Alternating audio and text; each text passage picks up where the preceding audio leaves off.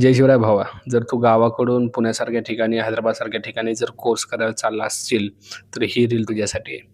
पोरं जातात यार, भोळीभाली पोरं गावाकडून शहरामध्ये जातात शिकण्यासाठी.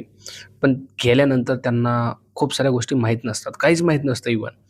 गावाकडून शहरात येणाऱ्या पोराला काहीच माहीत नसतं आणि त्याचा फायदा खूप जण घेतात. म्हणून भावा, जर तू गावाकडून जर येत असेल ना शहरामध्ये, आल्यानंतर भाऊ स्वतःची काळजी तुलाच घ्यायची आहे.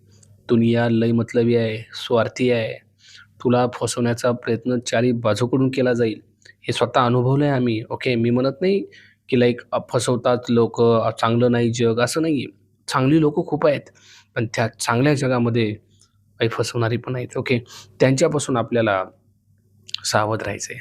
आपल्याला स्वतःचा बचाव करायचा आहे. कारण खूप पोरं येतात, त्यांना सांगणारं कोण नसतं.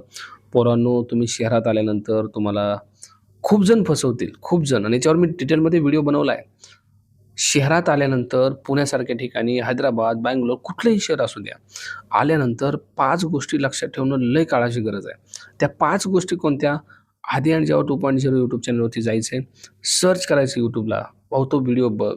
प्रत्येक मराठी पोराला शेअर कर, जो गावाकडून येतोय शहरामध्ये स्वप्न घेऊन. पण आल्यानंतर त्याच्यासोबत ज्या गोष्टी होत आहेत, त्याच्यासोबत फसवणूक होते. आणि छोट्या-छोट्या गोष्टींमध्ये फसवणूक होते.